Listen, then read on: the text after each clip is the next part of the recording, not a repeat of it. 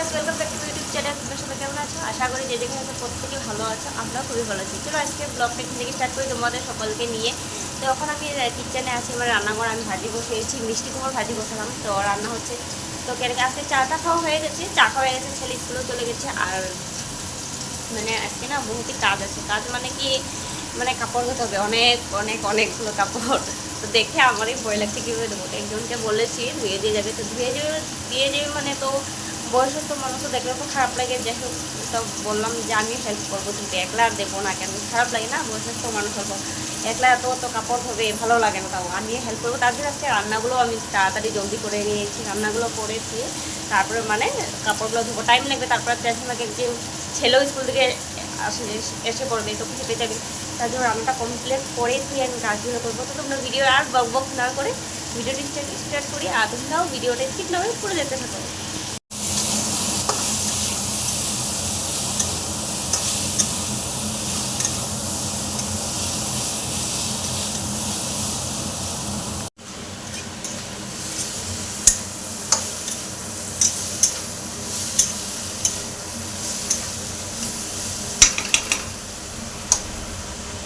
ভাজিটা একদম বসে পড়েছে, ভাজি হয়ে যাচ্ছে। ভাজি হতে হতে আমি এরপর দোকানে যাবো, দোকান থেকে ডিম আনতে যাবো।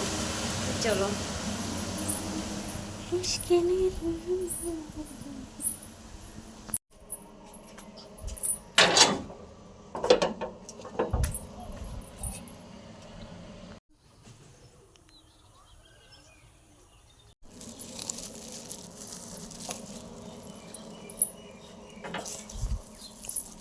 ডিম নিয়ে নিয়েছি, ডিম।